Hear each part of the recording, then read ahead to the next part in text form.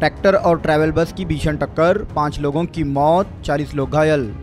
दरअसल महाराष्ट्र के पंढरपुर में आषाढ़ी एकादशी के लिए लाखों श्रद्धालु आ रहे हैं।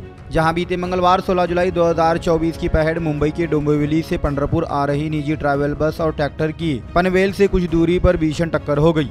टक्कर इतनी भयानक थी कि बस 20 फीट नीचे एक गड्ढे में जा गिरी, जहां बस में सवार 3 लोग और ट्रैक्टर पर सवार 2 लोग यानी 5 लोगों की मौके पर ही मौत हो गई तो 40 लोग घायल हो गए। कहा जा रहा है कि डोंबिवली से ये बस पंढरपुर आषाढ़ी एकादशी के लिए आ रही थी। अंदाजे 1:15 ते 1च्या सुमारास पुणे मुंबई एक्सप्रेस हायवेवर पंढरपूरकडे जाणारी एक बस होती। डोंबिवली परिसरातील भाविक हे पंढरपूरकडे जात होते। ते एक्सप्रेस हायवेवर एका ट्रॅक्टरला आदळून त्यांच्यामध्ये अपघात झालेला आहे। बसमध्ये एकूण 54 लोक होते।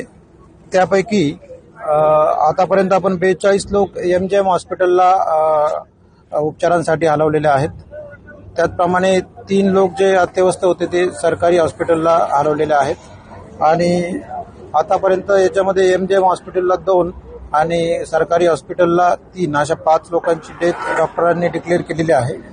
बाकीचे जे लोक आहेत त्यापैकी 7 ते 8 लोक जे आहेत त्यांची प्रकृती थोडीशी गंभीर आहे आणि बाकीचे लोक इतर लोक आहेत ते सेफ आहेत, त्यांच्यावर उपचार चालू आहे। सर, ऍक्सिडेंट कसं झालं होतं? कुठे किती खाली बस गेली होती?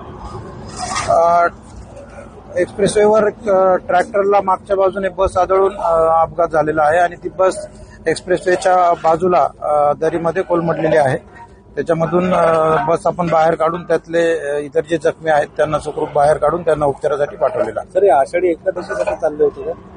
हो, हे सगळे लोक पंढरपूर या ठिकाणी आषाढी एकादशीसाठी चाललेले होते। सर, हे प्रवासी कुठले होते आणि कोण आयोजक वगैरे होते का यांच्याकडे? काय बहुतेक सारे प्रवासी हे डोंबिवली, निळजे, लोढा या भागातील रहिवासी होते।